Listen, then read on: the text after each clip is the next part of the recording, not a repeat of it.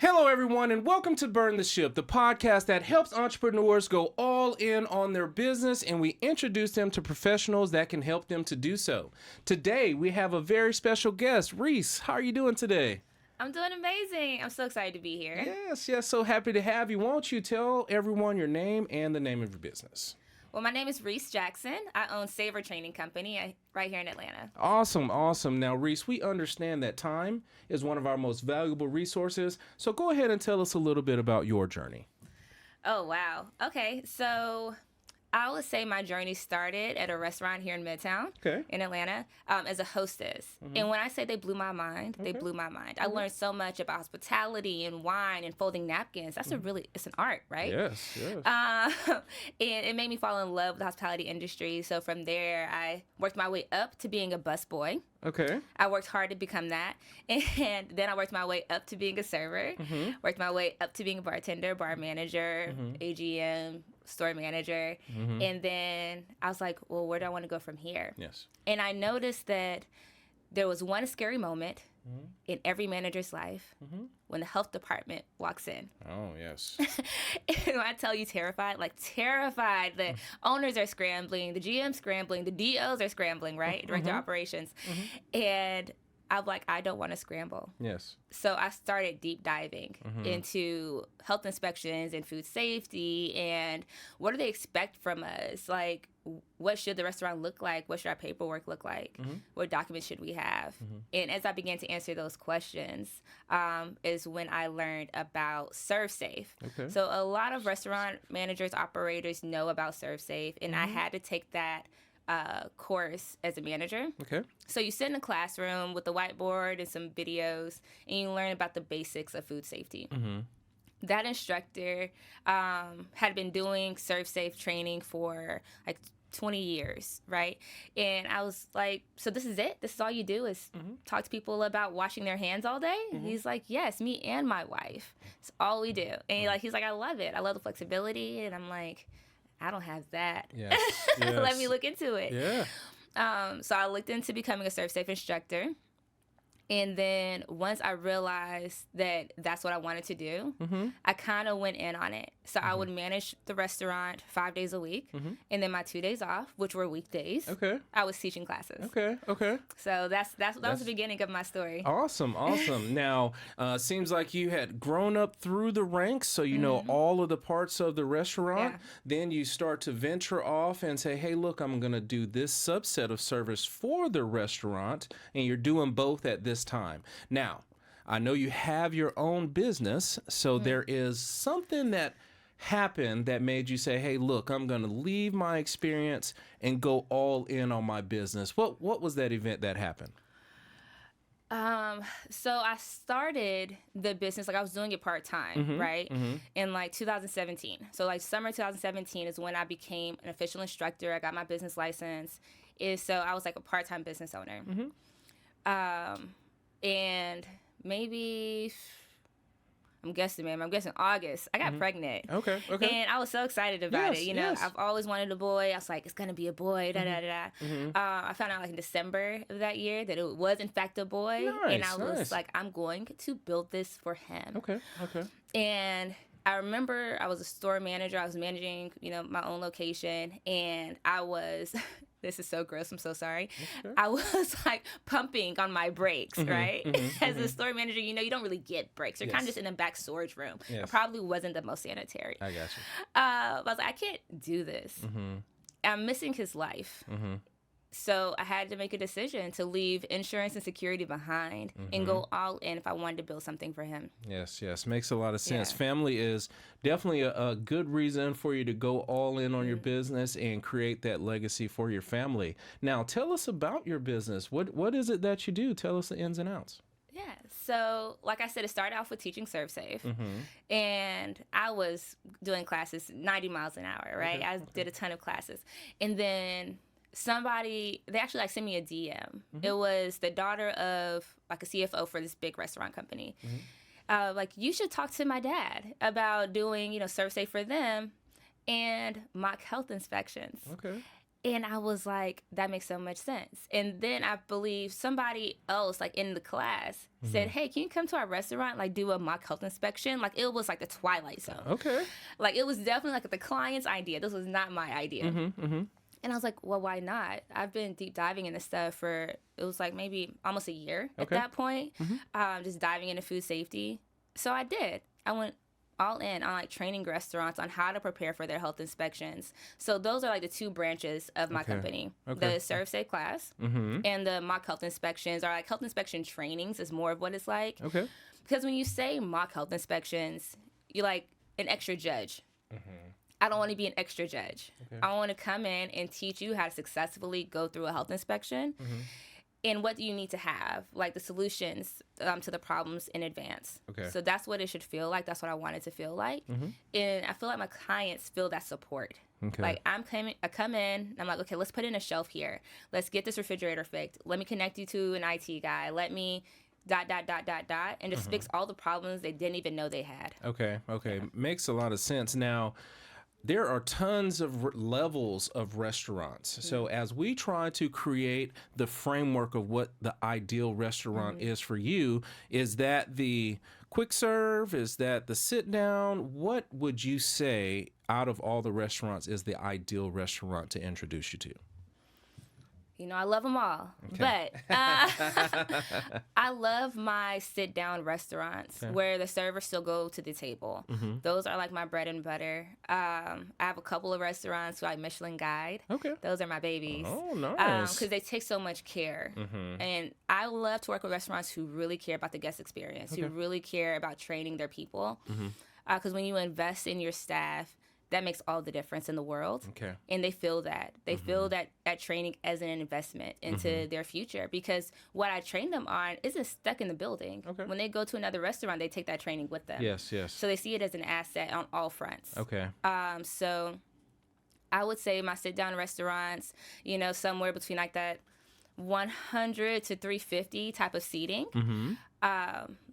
And I do work with a few like quick service, but that's definitely my bread and butter. Maybe like restaurant groups, I tend to like gravitate towards those between 2, but looking for a third to those with like 45 to 50 locations. I'm in 5 states. So, well, me and my team are now in 5 states. Yes. It's a lot of traveling now. So good. Talking Tennessee, Florida, North Carolina, Texas, and Georgia. South Carolina probably by January, February of next year, I have something in the works. Okay, that's awesome. Now, I want to dive a little bit more into the engagement in itself. So I have that 100-seat restaurant, I'm fine dining, and I need your assistance, and you come on board. Is that process a day, a week, continuous? What does the engagement look like for yourself? The onboarding process? Well, the onboarding process is pretty simple. We'll get on either a Zoom call or in-person meeting, and we'll talk about your restaurant's food safety management system, which sounds like Spanish to most people, right? So we'll talk about what practices and procedures you already have in place to serve food safely, right? So do you have pest control? Do you have equipment maintenance? Do you have cooling logs, reheating logs? Do you have all your employee documentations? Is it easy to find? Or is it stuck into like the recesses of your computer? Right? So we'll go through all of that on a Zoom call. We'll go over the pricing, the frequency. We'll go over which managers are certified in food safety, which managers aren't.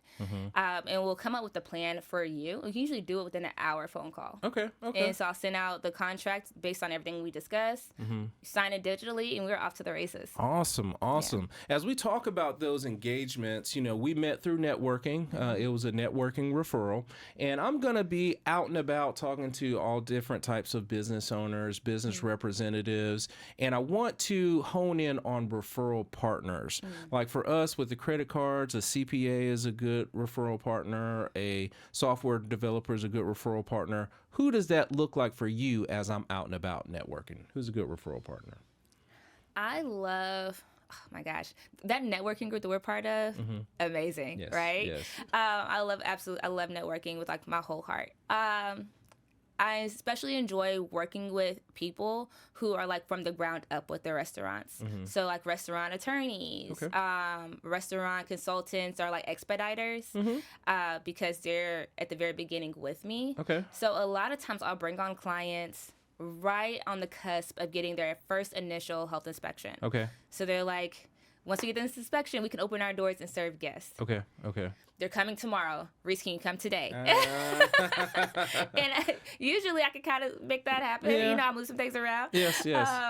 So that's where I am, like the day before, or maybe a week before you open your doors, is where our relationship will begin. So anybody on that side of the restaurant. Okay. So the POS, you have to have that before you open. That's right. That's right. The chemical companies, you offer sanitizer, detergents, degreasers, linen service, anything like that that restaurants need before they open. Yes. We should be best friends. Awesome. Awesome. That makes a lot of sense, because they are gate openers for you, because they know it's about to happen, and you know, based off your experience, that they need that service. It brings down the tension on something that is hyper sensitive, because we've all looked at that score. Right. on that block, you know, to see where you are. So anyone that's watching today that's in the beginning stages of restaurants, please reach out to Reese. Now, Reese, I know that over your time of being in the restaurant industry, going from a hostess to the busboy to the server on up, you've acquired some skills, and those are skills that you've nurtured. Do you mind sharing some of those skills with the audience so they can add towards their business bag? For sure. And I feel like this works for all types of businesses. Okay. And I may in the future spread this across other industries. But training gaps is a big thing. Okay. So when you bring in, let's take something simple like a host, right? They should know how to say hello. Yes. Which is a skill, believe it or not. They should know how to pull out a chair. They should know how to place a napkin. Okay. They should be able to keep their eyes and monitor time, right? And a lot of times we'll just hire in a pretty girl off the street, right? and we like, you'll do, and put her there and just say, take guests to the table. But I know one company who practiced for 2 weeks on how to say hello. Okay. That's all they do. For 2 weeks, you're not even allowed to walk guests to the table yet. You just say, hello. Yes. Welcome. Yes. And identifying when your employees can't pass that hello skill is important. Okay. I've walked into many of restaurants where people don't know how to say hello, welcome. So glad to see you. How are you? No eye contact, no smile. They're like, how many? Yes. And take the menus, and you've seen it, right? It's crazy. Seen it. Yes. So no matter what business you're in, you have to take time out to train and write down every skill that's really required for that position. So if you are hiring a host, top skill is the greet. You have to master the greet. Then you master the walking to the table, monitoring the pace of the person behind you. Yes. How do you place down the menu? Do you map out the menu? Is that part of your steps of service? Right? And are you monitoring clothing, right? Black napkin versus white napkin. Because if you get lint on me, I'm going to be mad. Yes. I just paid for all this Jimmy Choo, blah, blah, blah. Yes. Right? So, and knowing that as a host, right? And then you push into like maitre d'. Can I get you a bottle of wine while you wait on your server? And now we're at a new level. Yes. That's how you get to Michelin Guide. Yes. But even as like a credit card processor, who greets people at the door? Yes. Do they greet with a smile? Yes. When I came into this door, I got greeted with a smile and coffee, y'all. I'm not playing. Yes. That's hospitality. Yes. And you're not in the restaurant industry. Right. But if somebody were to place that wonderful person you guys have here, is that part of her training? It's just part of what she does. Hopefully, yes. Right? If she ever were to go on to like bigger and better things, you would have to train somebody else to do that. That's a fact. And so just from the ground up, every step of the way, they're not a bad employee. I promise you, they're not a bad employee. 90% of the time, they are poorly trained. Yes. So if you can just take time to write down what's really needed for that position, I promise you'll see an improvement. Yes, training and continuing education, that is a magnificent skill that you shared that so many other business owners can apply, even if it is outside of restaurants. I didn't even think about it because that's just what we do. But it's important because you feel comfortable, and you're going to, not in this particular setting, but when you go to a restaurant, you're about to spend some money. Oh, yeah. And you want to make sure that it's a great experience from the moment that you get out of the car. So that's a very important skill to share. Now, the next segment, we want to see more of Reese. So we know that you have the skill of the mock food inspections, your training, but let's just say you got all of the sit-down restaurants in those 5, about to be 6 states that you're moving into, all squared away, and money is not an issue. What is it that Reese would do with her time? I was jokingly going to say the Bahamas, but I'm not going to do it. In reality, I love working. I love providing services. So even once my bank account is on $1 trillion, I'll probably go work with the Atlanta Community Food Bank. I've been wanting to partner with them for a long time. Wink. Yes, I get it. And or another nonprofit that really helps the community as it relates to food scarcity. I could see myself doing that forever. And if the world is no longer hungry and everybody's fed, I'll just bag groceries at Publix forever. I got you. Yeah. Just be around it. It seems like you lead a life of service is what I've taken from that you're here to help people regardless of where you are here and or when you're way up there. You're still going to provide service. Is that a correct assessment? For sure, absolutely. Yes, especially when it comes to food. It's such a basic thing that we all take for granted. Yeah. We throw food away. We'll buy 6 chicken eggs, throw 2 out the window because we can, right? Yes. But there are people out there who are hungry. I went through a couple of towns.